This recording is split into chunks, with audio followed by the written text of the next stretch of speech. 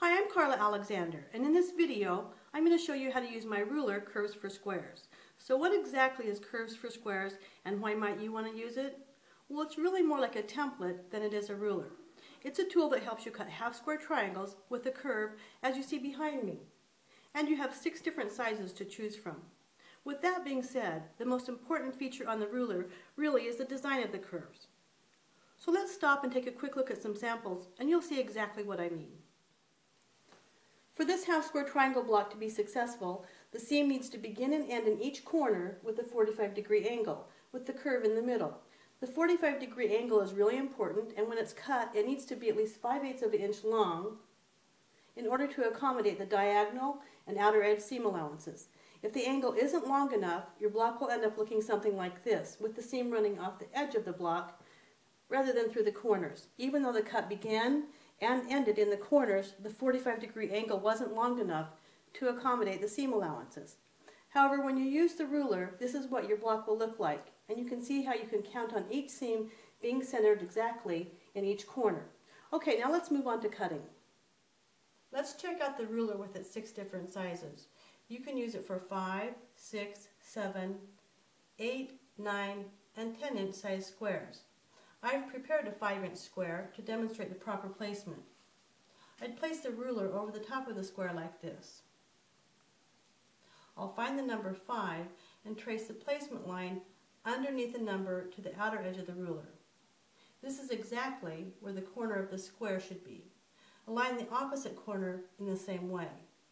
Now you can see the placement lines are perfectly aligned with the outer edges of the square. And now my square is ready to be cut. You can also see I have a 9-inch square in place and ready to go as well. One of the features you'll love is the unique non-slip grip only found on Creative Grids rulers. This keeps the ruler from slipping and sliding while making your cuts. And here's a few other great things. The ruler is left-right hand friendly, and it's also made in the USA. I think it's a great idea to take a quick practice run on your cutting mat without using any fabric.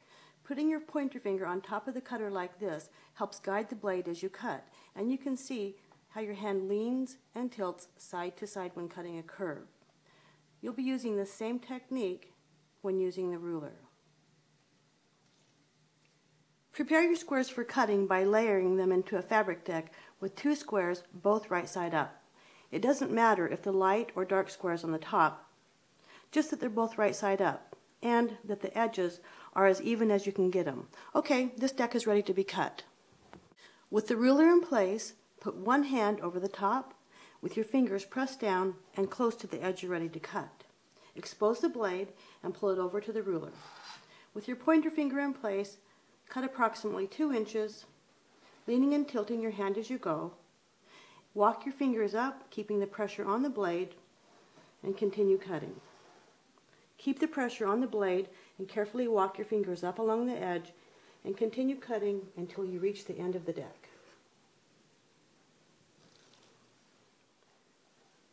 Once the deck is cut, remove the ruler and then shuffle the top layer of one side to the bottom of the deck. The dark fabric for the top block will have a hill, while the dark fabric on the bottom will have a valley. This creates 2 different blocks. Okay, now it's time to sew the curves. So rather than being too concerned about the exact size of your block, focus on sewing with a consistent 1/4 inch seam allowance so that all your blocks finish to the same size.